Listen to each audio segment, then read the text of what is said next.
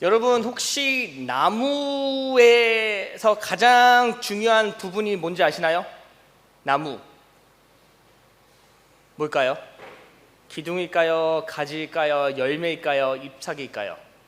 사진 한번 보여주시겠어요? 네.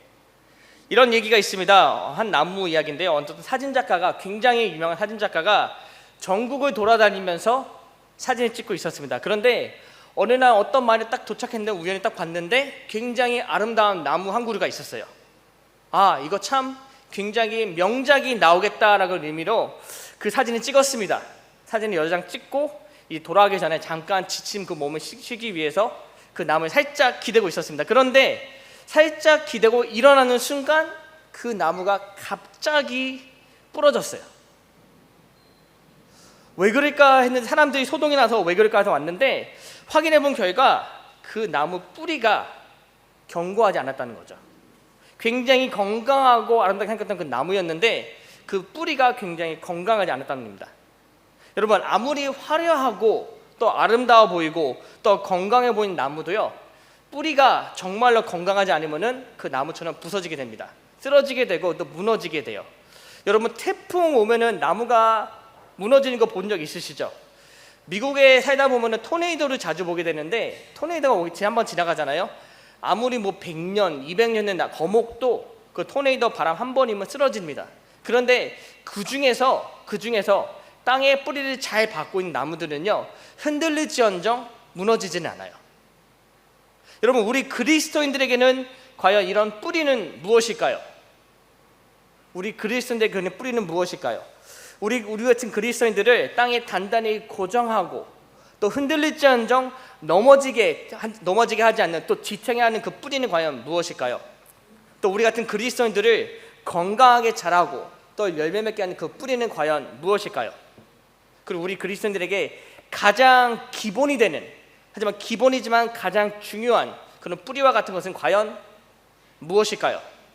저는 여러분들에게 오늘부터 시작하는 Back to Basic, 가장 기본으로 돌아가자는, 해서 가장 기본 중에 기본이지만 가장 중요한 복음에 대해 나누도록 하겠습니다.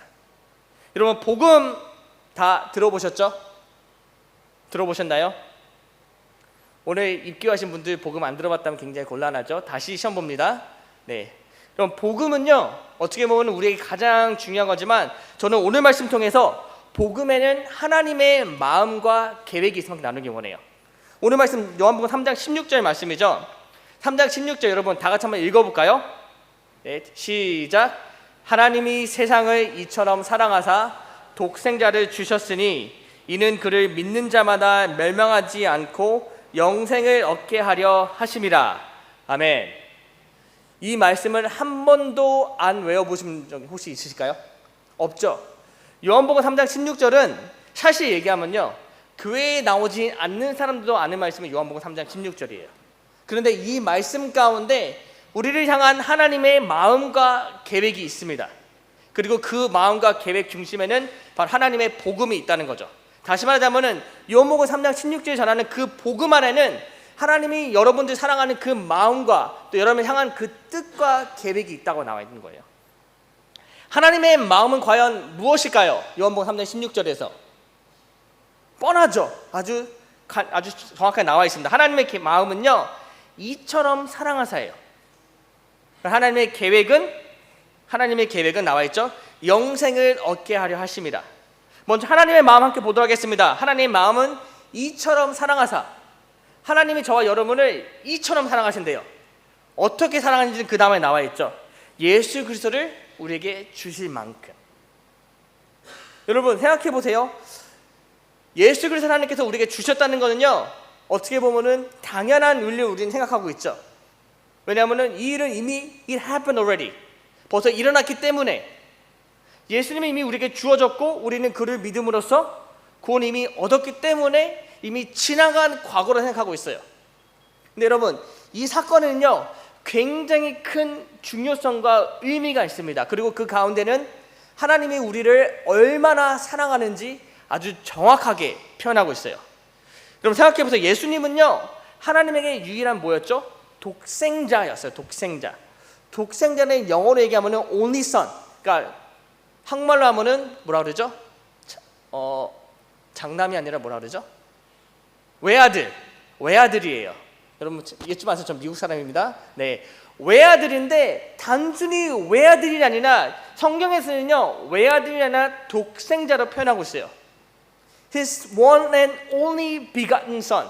무슨 뜻이냐면요 유일한 자녀라는 거죠. 근데 그 안에는 어떤 의미가 있냐면요 하나님께서 그토록 사랑하시는 아들이라는 의미가 있어요. 그냥 아들, 뭐 예중 현중이 있으니까 뭐 현중이 하나 뭐 그냥 어떻게 되겠지 그런 의미가 아니라 하나님의 유일한 자녀, 내가 너무나도 사랑하고 나와 뜻을 함께하고 나와 같은 마음, 같은 뜻, 같은 몸과 같은 마음으로 사역하는 그 아들 예수 그리스도. 여러분들이 가장 사랑하는 게 뭐가 있을까요? 과연 여러분들이 가장 사랑하는 게 뭐가 있죠? 컴퓨터? 매일 밤마다 나를 즐겁게 해주는 컴퓨터? 아니면 핸드폰? 아니면은 뭐 공부? 교과서? 물론 아니겠죠? 아니면 친구가 될 수 있겠죠. 근데 여러분 하나님께 예수님은요 그 이상이에요. 하나님께 예수님 그 이상입니다. 하나님은 우리를 창조하셨지만 예수님은 하나님과 함께 존재하셨던 분이세요. 예수님 향한 하나님의 그 사랑은요 우리가 절대로 상상할 수 없을 만큼 굉장히 큰 사랑입니다. 그런데 하나님께서 그 유일한 독생자 예수님을 우리를 위해 주셨다고 나와 있죠. 우리를 주셔서 나와 있습니다. 그런데 단순히 주신 게 아니라 어떻게 주셨죠? 십자가에 희생하게 주셨습니다. 왜? 우리의 죄를 사하기 위해서, 저와 여러분의 잘못을 용서하기 위해서 주셨습니다.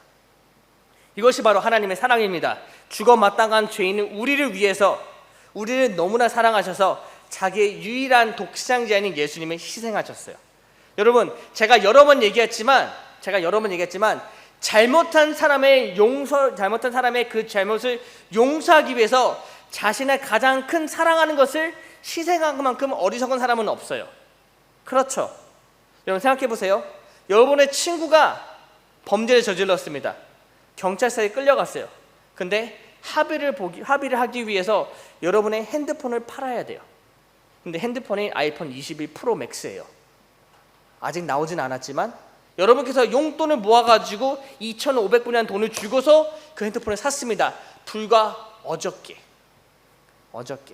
근데 그 친구가 다른 사람이 아니라 여러분에게 잘못을 했어요. 근데 그 친구를 용서하기 위해서 그 경찰서에 끌어나가기 위해서 여러분 그 핸드폰을 팔아야 돼요. 하시겠어요? 안 하시겠어요? 왜 해요? 왜 하겠어? 아니 제가 나한테 잘못했는데 내가 왜 제 잘못을 해서 내 핸드폰을 팔아야 돼? 라고 생각하는 게 당연한 거죠. 근데 여러분 하나님은 그렇게 하셨습니다. 하나님은요 우리가 하나님께 비록 범죄하였지만 하나님은 그럼에도 불구하고 우리를 사랑하셔서 우리의 잘못을 용서하기 위해서, 나의 잘못을 용서하시기 위해서, 여러분의 잘못을 용서하시기 위해서 하나님이 가장 사랑하시는 독생자 예수 그리스도를 십자가에 못 박혀 죽으셨어요. 여러분 그게 바로 하나님의 마음이에요. 그게 바로 하나님의 사랑이에요. 하나님이 세상은 아니에요. 하나님이 나를 이처럼 사랑하사 독생자 예수 그리스도를 십자가에 못 박혀 죽이셨으니 그게 바로 하나님의 사랑입니다. 여러분 믿으셔야 됩니다. 하나님께서 여러분을 이렇게 사랑하십니다. 이처럼 사랑하세요. 나의 잘못을, 나의 죄를 용서하시기 위해서, 다른 사람이 아니라 우리 모두의 죄가 아니라 나 인간 김동찬의 죄를 용서하시기 위해서 독생자, 하나님께서 가장 사랑하신 독생자 예수 그리스도 십자가에 희생하셨다. 여러분 그것이 바로 우리를 향한 하나님의 마음입니다. 그리고 그 마음에는 하나님의 뜻과 계획이 있죠. 이를 믿는 자마다 멸망치 않고 무엇을 하기 위해서 영생을 얻게 하려 하심이라. 이것이 바로 하나님의 계획입니다. 우리에게 영생을 얻게 하시기 위해서, 다시 말해서 우리에게 이 영생을 주시기 위해서 하나님은 예수 그리스도를 희생하셨어요. 하나님 마음은 우리를 이렇게 사랑하셔서 독생자 예수 주셨는데 그 사랑의 계획은 바로 이거죠. 우리가 영생을 얻게 하신 위해서. 하나님은 예수 그리스도 세상에 보내신 이유는 3장 17절에 나와 있습니다. 이렇게 나와 있죠. 하나님이 그 아들을 세상에 보내신 것은 세상을 심판하려 하심이 아니요 그로 말미암아 세상이 구원을 얻게 하려 하심이라. 이 말씀을 여러분 쉽게 제가 해석해 드릴게요. 하나님이 자기의 아들, 온 인류의 왕, 온 땅의 왕 예수님을 이 땅에 보내신 것은 예수님이 이 땅에 오셔서 죄를 지은 우리를 심판하시기 위해서가 아니라 우리를 용서하시기 위해서 보내셨다는 말씀입니다. 그리고 그 용서를 통해서 우리에게 무엇을 허락하신다? 영생, 구원을 허락하신다는 거예요. 구원을 허락하신다는 거예요. 여러분, 영생이 어떤 의미인지 아시나요? 영생은요, 문자 그대로 해석하면 영원한 생명이에요. 영원한 생명. 우리가 하나님과 영원히 시간을 보낸다. 우리의 육체적 죽음 이후에 우리의 영이 올라가서 하나님과 영원한 생명을, 영원한 시간을 같이 보낸다는 의미가 있지만, 여러분, 영생을 얻기 위해서는요, 가장 중요한 게 뭔지 아세요? 죄의 용서함입니다. 죄의 용서. 내가 잘못을 지었는데 그 잘못을 용서받는 게 그 영생의 가장 중요한 첫걸음이에요. 여러분, 지난주 영어 설교 혹시 기억하시나요? 구원에는 두 가지 스텝이 있다고 그랬죠? Remember? There are two steps for salvation. What was the first one? 첫 번째가 뭐였죠? Repentance, 회개예요. 두 번째가 뭐였죠? Baptism, 세례, 침례, 세례죠. 근데 세례는 뭐가 있다고 그랬죠? 예수님이 난 필요합니다. 예수님이 나의 구주라고 믿는 그 믿음의 고백이 바로 세례의 의미라 그랬죠. 여러분, 첫 번째는 바로 우리의 회개입니다. 근데 우리가 회개를 하기 위해서, 우리가 단순히 하나님께 죄를 고백한다고 해서 하나님께 우리의 죄를 용서하시는 건 아니죠. 왜냐하면 우리의 죄를 대가를 지불하기 위해서 무언가 하나님께 드려줘야 되는데, 구약시대 때는 이것을 우리가 뭐를 드렸죠? 제물을 드렸어요. 근데 신약시대 때는 하나님께서 once for all, 단 한 번에 이 제물을 다 받으셨죠. 근데 그 제물이 누구였죠? 예수 그리스도예요. 예수 그리스도가 십자가에 못 박혀 죽으심으로 우리가 더 이상 하나님께 번제를, 제물을 드릴 필요 없게 되었죠. 왜냐하면 완벽하고 온전한 제물을 하나님께 드려졌기 때문에. 하나님께서 그것을, 그 희생을 감당하셨다는 거예요. 자기 유일한 아들 예수 그리스도를 너를 위해 주셨다. 너를 위해 주셨다. 나를 위해 주셨다. 그래서 그걸 통해서 나의 죄가, 너의 죄가 용서받았다는 거죠. 그리고 그걸 통해서 우리가 하나님께서 허락하신 영생을 누릴 수 있게 되었다는 거예요. 여러분, 하나님의 계획은요, 영생이 목적이 아닙니다. 우리가 누릴 수 있는 영생이 목적이 아니에요. 하나님께서 가장 원하신 것은 바로 이거죠. 우리가 하나님과 함께 영원한 시간을 보내는 거예요. 내가 받게 될 그 베네핏이 아니라 내가 하나님과 같이 시간을 보내는 것. 하나님이 그처럼 사랑하시는 저와 여러분이 이제 하나님과 함께 시간을 보내게 되는 게 바로 하나님의 계획이라는 거예요. 내가 믿음으로써 잘 먹고 잘 살고, 나 영생 받았어, 나 구원 받았어, 나 천국 가겠네, 아이고 이제 막 살아도 되겠다. 그게 아니라 구원을 통해서 내가 하나님의 자녀됨을 항상 기억하고 그 자녀된 모습을 살아가고, 그리고 그 자녀된 삶의 그 이상이 다 끝났을 때 이제 영원토록 하나님과 함께 살아가는 것이 바로 하나님의 목적이라는 거예요. 나의 영생이 아니라 하나님과 영원히 함께 사는 것, 그것이 바로 하나님의 계획이라는 거죠. 18절에 이렇게 나와 있습니다. 그를 믿는 자는 심판을 받지 아니하는 것이요. 여기 나온 심판은요, 여러분, 하나님의 진노입니다. 죄를 향한 하나님의 진노예요. 하나님의 화라고 그러죠. 왜? 우리가, 인간이 하나님께 불순종을 하였고 또 죄를 지었기 때문에. 그 로마서 6장 23절에 이렇게 나와 있습니다. 죄의 삭은 죽음이요. 여기서 나오는 죽음은요, 육체적 죽음이 아니라 바로 영적인 죽음을 의지하죠. 하지만 우리가 예수 그리스도를 믿는 믿음을 통해서 그 심판을 심판에서 자유롭게 되었다. 즉 우리는 영으로 죽지 않게 되었다는 거예요. 다시 말하자면은 우리가 예수님을 믿게 되었을 때 하나님께서 예수님을 우리 위해 주셨을 때, 그 십자가 달려 죽으셨을 때 우리가 그것을 믿는다면은 우리는 더 이상 하나님의 심판으로부터 자유롭게 되고, 또 그것을 통해서 우리는 하나님과 영원한 생명을, 하나님과 영원한 시간을 보낼 수 있게 된다. 이것이 바로 하나님의 계획이고 이것이 바로 복음의 핵심이라는 거예요. 여러분 믿으시기 바랍니다. 우리가 요한복음 3장 16절 나온 것처럼 나와 있는 하나님의 그 사랑과 그 계획을 믿는다면은, 다시 말해 예수님께서 우리를 위해 행하신 그 모든 것을 믿고 예수님께서 우리의 구세주 되신 걸 믿는다면은 우리는 그 심판으로부터 자유롭게 되고 이제 앞으로 하나님과 영원한 시간을 보낼 수 있게 된다는 거예요. 여러분 바로 이것이 복음이에요. 오늘 말씀 통해서 하나님께서는요, 오늘 말씀은요 우리에게 복음에 대해 세 가지를 보여주고 있습니다. 물론 복음은 단 세 가지로 단정질 수 없겠지만 오늘 말씀 가운데 복음 우리에게 보여준 세 가지가 있는데요. 첫 번째는요, 복음은 우리를 진리를 통해서 빛으로 인도합니다. 복음은 우리를 진리를 통해서 빛으로 인도하고 있습니다. 3장 19절에 이렇게 나와 있죠. 그 빛이 세상에 왔을 때 사람들이 자기 행위가 악함으로 빛보다 어둠을 더 사랑한 것이니라.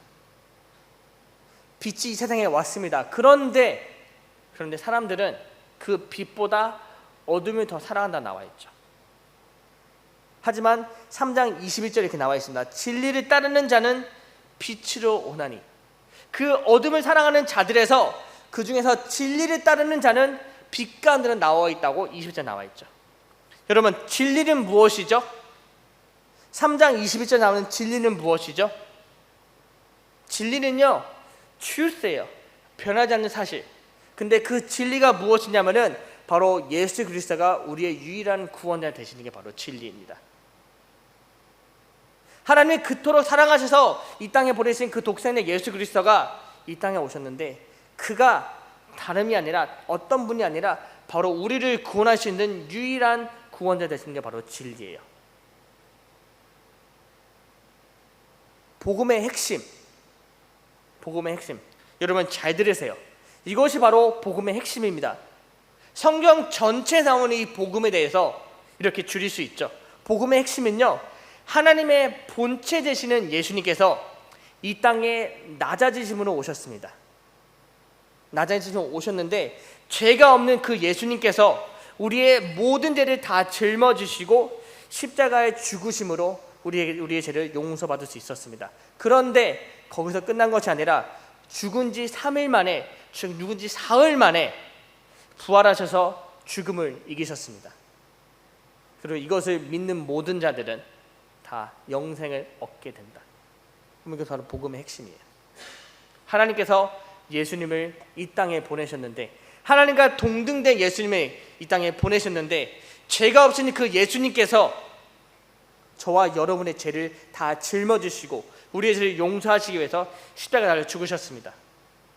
근데 죽으시면서 끝난 것이 아니라 장사된 지 사흘 만에, 죽은 지 3일 만에 부활하셨죠. 그걸 통해서 예수님 죽음도 예수님이 이길 수 없다, 예수님은 죽음 위에 계시다는 걸 증명하셨으므로 우리가 믿고 예배하고 따르는 하나님은, 예수님은 살아계신 예수님입니다. 그렇기 때문에 그런 예수님의 믿음을 통해서 우리는 죽음이 아니라 영원한 생명, 예수님이 다시 부활하시면서 증명하신 그 영원한 생명을 우리도 누릴 수 있게 되었다. 이것이 바로 복음이에요, 여러분. 그 복음을 증명하신 분이 바로 예수님이시고, 오늘 말씀 통해서 예수님께서는요 우리의 구원자 되시는 것을 보여주고 계시죠. 그 빛 대신 예수님께서 이 땅에 오셨습니다. 저와 여러분을 사랑하셔서 우리를 구원하시기 위해서. 우리가 진리를 따른다는 것은요, 우리가 진리를 믿고 받아들이는 것은 그 그리스도 되시는 우리의 메시아 구세주 되신 예수님을 믿는다는 거예요. 다시 말해 여러분, 복음은 그리스도인에게 가장 기본되고 기초되지만 가장 중요한 그 복음은 우리를 빛으로 인도하고 또 우리가 진리를 볼 수 있게 하면서 그 진리, 바로 예수께서 우리의 구원자 되신 그 진리, 모든 죄를 예수께서 우리 구원자 되신 그 진리를 우리가 믿고 보게 됨으로써 우리의 모든 죄에서 사함을 받게 되고 용서받게 되고 또 우리를 그 구원의 길로 인도하게 된다는 거예요. 여러분, 이 복음을 믿으시기 바랍니다. 예수님께서 우리의 구원자 되시고 또 예수님께서 우리 위해 행하신 모든 것들을 믿게 된다면 우리 죄는 사함을 받고 또 영생을 누리게 된다. 나는 더 이상 죄인이 아니라 이제 나는 하나님의 자녀가 된다. 이제는 죄에 갇힌 어둠 속에 빠진 그런 죄의 그런 자녀가 아니라 죄 사함을 받은, 용서받은, 구원받은 하나님의 자녀가 된다는 거죠. 여러분, 이 복음을 믿으시기 바랍니다. 여러분, 복음은요, 두 번째로 복음은 무엇이냐면은 바로 하나님의 무한한 사랑을 의미합니다. 에베소서 2장 4절 5절 말씀입니다. 긍휼이 풍성하신 하나님이 우리를 사랑하신 그 사랑을 인하여 허물로 죽은 우리를 그리스도와 함께 살리셨고 너희는 은혜로 구원을 받은 것이라. 긍휼이 풍성한 하나님이 우리를 사랑하신 그 큰 사랑을 인하여 허물로 죽은 우리를 그리스도와 함께 살리셨다라고 나와 있죠. 바로 죄인인 우리를 살리셨다는 거예요. 죄로 죽을 수밖에 없던 저와 여러분을 그리스도 예수의 그 복음을 인해서 우리가 이제 다시는 영생을 누릴 수 있게 되었다. 그게 바로 하나님의 사랑입니다. 하나님의 사랑을 가장 잘 나타내는 로마서 5장 8절의 말씀이죠. 우리 한 목소리에 함께 읽도록 하겠습니다. 시작. 우리가 아직 죄인 되었을 때에 그리스도께서 우리를 위하여 죽으심으로 하나님께서 우리에 대한 자기의 사랑을 확증하셨느니라. 아멘. 확증하셨습니다. 어떻게요? 우리가 아직 죄인 되었을 때 그리스도 예수께서요 우리를 죽으심으로 하나님께서 그 사랑을 확증하셨다. 예수 그리스도는요, 그 예수 그리스도의 복음은요, 이처럼 하나님에 대한 사랑의 확증입니다. 하나님께서 우리를 이렇게 사랑하세요. 이처럼 사랑하세요. 예수 그리스도 십자가 죽을 만큼, 죽을 필요가 없고 죽을 이유도 없고 죽을 가치도 없었지만 그럼에도 불구하고 하나님께서는 그 사랑으로 예수 그리스도 십자가 달리 죽으심으로 그 사랑을 보여주셨습니다. 우리에게 이렇게 말씀하시죠. 봐봐, 얘들아, 잘 봐. 내가 너희를 이렇게 사랑한단다. 너희들이 나를 믿건 믿지 않건, 지금 너희가 내 말씀을 듣건 듣지 않건 상관없어. 나는 너를 이렇게 사랑한다. 내 유일한 독생자 예수를 너희를 위해 죽일 만큼, 너희를 위해 희생할 만큼 내가 너를 이렇게 사랑한단다. 여러분, 바로 이게 복음의 마음이에요. 이게 바로 하나님의 마음이에요. 하나님께서는 지금 이 말씀을요, 지금 이 마음의 고백을 지금도 우리에게 향하고 계십니다. 우리에게 하고 계세요. 내가 너를 이렇게 사랑한다. 이것이 바로 복음의 메시지입니다. 세 번째로 복음이란 우리를 구원하신 하나님의 뜻입니다. 우리를 구원하신 하나님의 뜻. 디모데전서 2장 4절의 말씀이죠. 하나님은 모든 사람의 구원을 받으며 진리를 아는 데 이르기를 원하시느니라. 그럼 오늘 말씀 3장 17절의 말씀입니다. 하나님이 그 아들을 세상에 보내신 것은 세상을 심판하려 하심이 아니요 그로 말미암아 세상이 구원을 받게 하려 하심이라. 이처럼 하나님은요, 복음을 통해서, 예수 그리스도를 통해서 우리가 구원을 받기 원하십니다. 그 우리가 구원을 받음으로써 우리가 우리끼리 잘 사는 것이 아니라 하나님과 함께 같이 잘 살기 원하세요. Together with God. Together with God. 우리가 구원받는 그 순간부터 언제까지? 우리 육신 죽을 때까지? 아니에요. 우리가 육신이 죽고 나서도예요, 여러분. 영원토록. 영생이잖아요, 여러분. 영원토록 하나님과 함께 거하면서 평생 하나님을 기뻐하고 찬양하고 함께 동행하는 그 삶을 하나님께 또 주시기 원한다는 거예요. 여러분, 그것이 바로 구원의 목적입니다.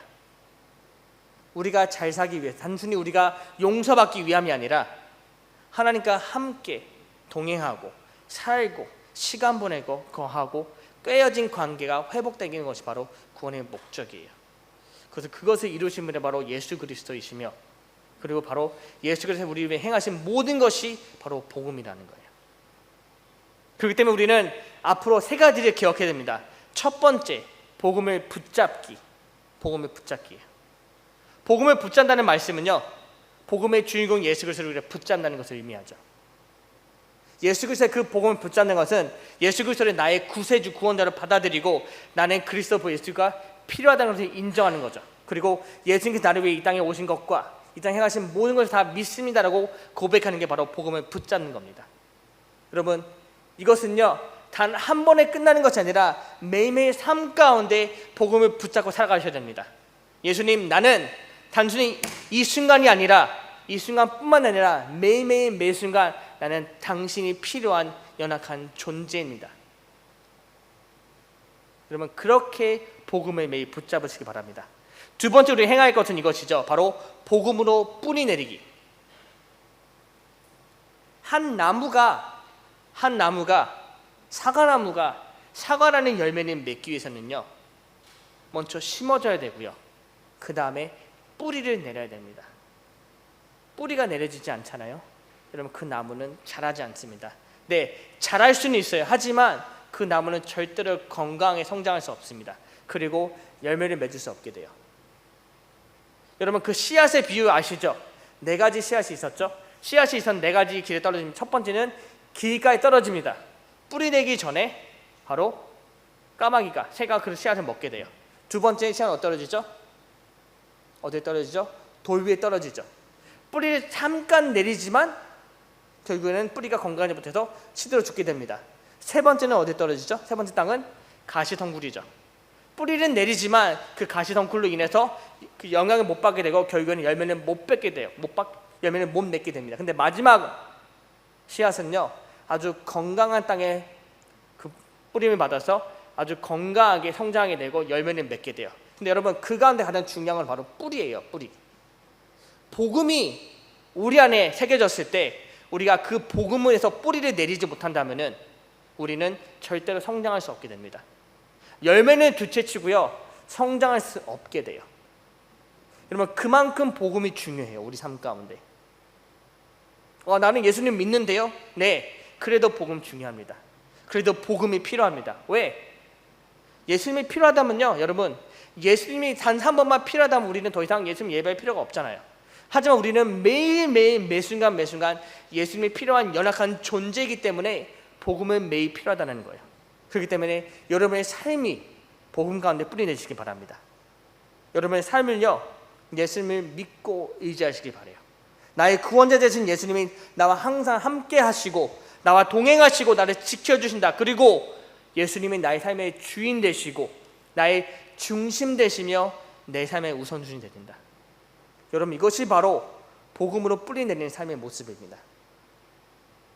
나는 이미 구원받았기 때문에 더 이상 복음이 필요 없어, 예수님 필요 없어가 아니라 매일매일 매순간 나의 삶의 구원자 되시고 구주 되시고 주인 되시는 예수님이 필요합니다. 그리고 나는 예수님이 위해 살아가겠습니다 라고 고백하고 그것을 그대로 행하는 삶이 바로 복음을 뿌리는 삶입니다. 여러분, 이런 삶을 반드시 살으시기 바라요. 가장 중요한 건 세 번째 기억해야 될 건 바로 복음을 매일 새기기예요. 복음을 매일 새기기. 요한복음 3장 16절, 네, 로마서 5장 8절. 여러분, 이 모든 말씀은요, 여러분께서 매일 기억해야 되는 말씀입니다. 단순히 수련회 때 한번 구원받기 위해서, 한번 예수님 경험을 하기 위해서 필요한 말씀이 아니라, 그러기 위해서 존재하는 말씀이 아니라 여러분들을 매일의 삶이 위해 존재하는 말씀이에요.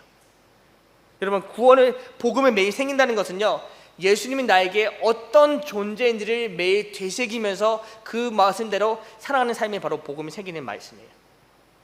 말씀과 기도에 집중하는 삶, 예수님이 나의 삶 가운데 구원자 되신 것을 매일 기억하면서 그것을 기억하고 그대로 행하는 삶, 그리고 무엇보다도 예수님이 나를 이처럼 사랑하시는구나, 그를 기억하는 삶이 바로 복음을 매일 새기는 삶의 모습입니다. 저는 저와 여러분이 다른 것이 아니에요. 여러분, 우리가 화려한 걸 할 필요 없습니다. 복음만 기억하시면 돼요. 예수님이 나를 이 아침에도 이 저녁에도 지금 이 순간에도 나를 이만큼 사랑하시는구나. 그리고 그 복음을 통해서 나와 함께 하시길 원하시는구나. 여러분, 그 복음을 기억하시기 바랍니다. 예수님의 사랑과 우리와 함께 하시려는 그 예수님의 그 마음, 그 뜻, 영원토록 예수님과 함께 동행하며 걸어가기 원하시는 그 계획, 여러분 이 복음을 기억하시면서 저는 저와 여러분이 늘 예수님과 동행하고 그 사랑을 누리고 무엇보다도 예수님께 사랑하시는 그 자녀되는 삶을 살아가는 저와 여러분의 주님을 축원합니다. 기도하겠습니다.